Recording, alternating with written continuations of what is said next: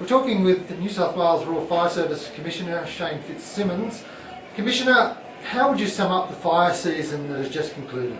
Oh look, you can only say wet. You know, we have been dominated by this La Nina event, this consecutive years of La Nina event, and the Bureau of Meteorology has indicated that we've just gone through in New South Wales and Greater Sydney the two wettest successive years on record. So there is no doubt that moisture has dominated this fire season. We did have a few fires early on, particularly in the Blue Mountains and out in the far west, but there is no doubt in the last few months the bulk of our assistance has been in providing assistance to the SES with flood operations right across different parts of New South Wales, from Moree, Walgett and places in the far west, right down through the Murrumbidgee and Lachlan River systems, and the work still continues today. What's that meant for vegetation growth across the state and what eventually will be a drier summer? Well look, already with the moisture of the last couple of years, we know that we've got an abundance of grass growth particularly. We've got grassland conditions, the order of which we haven't seen for 30 or 40 years. In New South Wales, you've got to go back to the early 70s or the early 80s before you can find landscape conditions of any parallel. Now, the real challenge, of course, is that with such a long period of time, 30 or 40 years, you've got this real risk of complacency, and particularly new people that have moved into grassland areas that really won't appreciate the susceptibility of that vegetation when the conditions dry up, the lightning storms come and other ignition sources come, how quickly grass fires will move, and the fact that they do cause damage and, you know, under the worst of situations, take lives. So grassland conditions for the next couple of years are certainly the more contemporary challenge that we've got that we haven't seen for a long time. There's also been a lot of vegetation growth in timbered country, in national parks and state forests and just private vegetation areas. With the wet conditions rolling into autumn, what's that meant for the hazard reduction program that the RFS? There's no doubt that hazard reduction has certainly been hampered in the last couple of years. But even this week, I look at the statewide hazard reduction proposals, and from when we were up around 30 or 40 proposals trying to be done in different parts of New South Wales where the conditions are dry enough, and I know just north of us here in the Central Coast last weekend, the Gosford crews, Mount White, places like that, were taking advantage under the right aspects and the right vegetation conditions to get some good work done. So the message I'm getting right across the state, and indeed the message I'm sending right across the state, is that we need to be continuing to take advantage of every weather opportunity that we can as we lead into the next fire season. Now eventually we will have a bad fire season, maybe next year or the year after.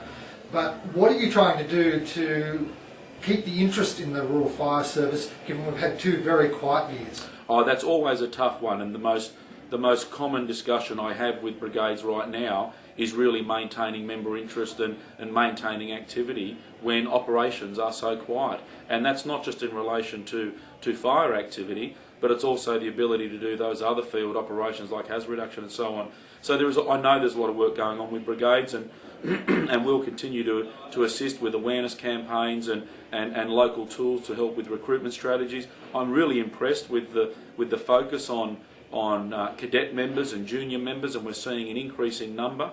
I think on average every 12 months we're seeing about 5,000 membership applications for transferring and new members, with 3,500 of those new members. So there is still some interest across the state, and it's actually about making sure with things like flexible membership that we're encouraging membership into the organisation to do some of those non-traditional roles. So really focusing on the community education, on the training areas, on the support functions, because ultimately the RFS is an army of all types, firefighters and operational support people that all come together to make the difference in that community.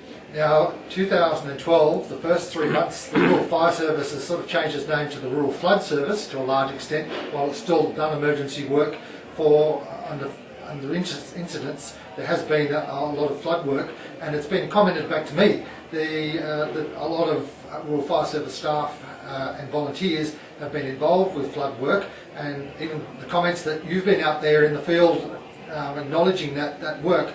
but how important is it that the Rural Fire Service actually works with agencies like the State Emergency Service and the Police and Fire and Rescue New South Wales to provide an emergency service? Oh, it's extremely important, and not only that, it's reality. Right across New South Wales, the RFS is often the only emergency service in a local town or a local village, but the reality is all emergency service agencies all support each other in their time of need. And whilst you mentioned the floods that we've been experiencing over the last few months, and the data would show that we've had something like 3,000 members directly deployed to support the SES in flood operations. And whether that's helping out at the coalface with door knocks and transport of people and sandbagging and all other manner of tasks, right through to volunteers staffing the Public Information and Inquiry Centre at the State Police Centre or state level liaison down at the SES headquarters or local regional centres.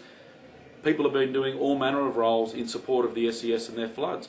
But equally, a lot of people don't know because they went about their business like they do all the time, so quietly, but we've been helping the New South Wales Police Force, for example, with the hunt for fugitive Naden, the offender up in the Gloucester-Nowandock area. And not only do we have our services and base camps and other facilities available, but the volunteer brigade provided catering on a daily basis to support all those police and other officers out in the field being deployed in those specialised operations. So it is absolutely important for the community that our members all work together and our emergency service agencies all work together to assist each other. And I'm really pleased with the extraordinary work that our members have done in traditional non-core roles this season.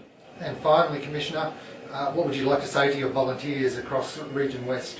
Oh, look, what I'd like to say is, when I travel Western New South Wales, I hear it from the members that the concern is clearly for the grasslands moving ahead.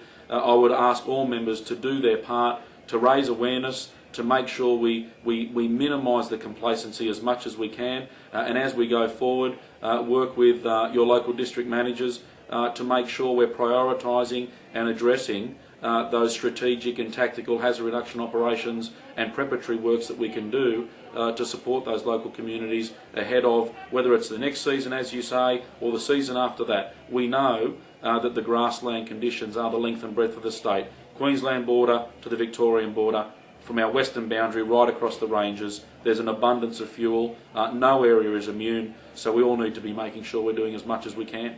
New South Wales Rural Fire Service Commissioner Shane Fitzsimmons, thanks for joining us today. Thanks, Bruce.